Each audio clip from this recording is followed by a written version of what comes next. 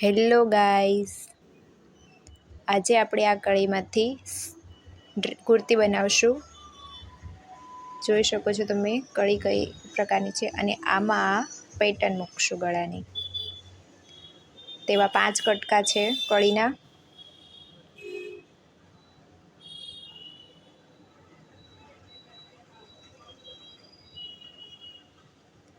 ચાલો તેને પહેલાં પ્રેસ કરી દઈએ।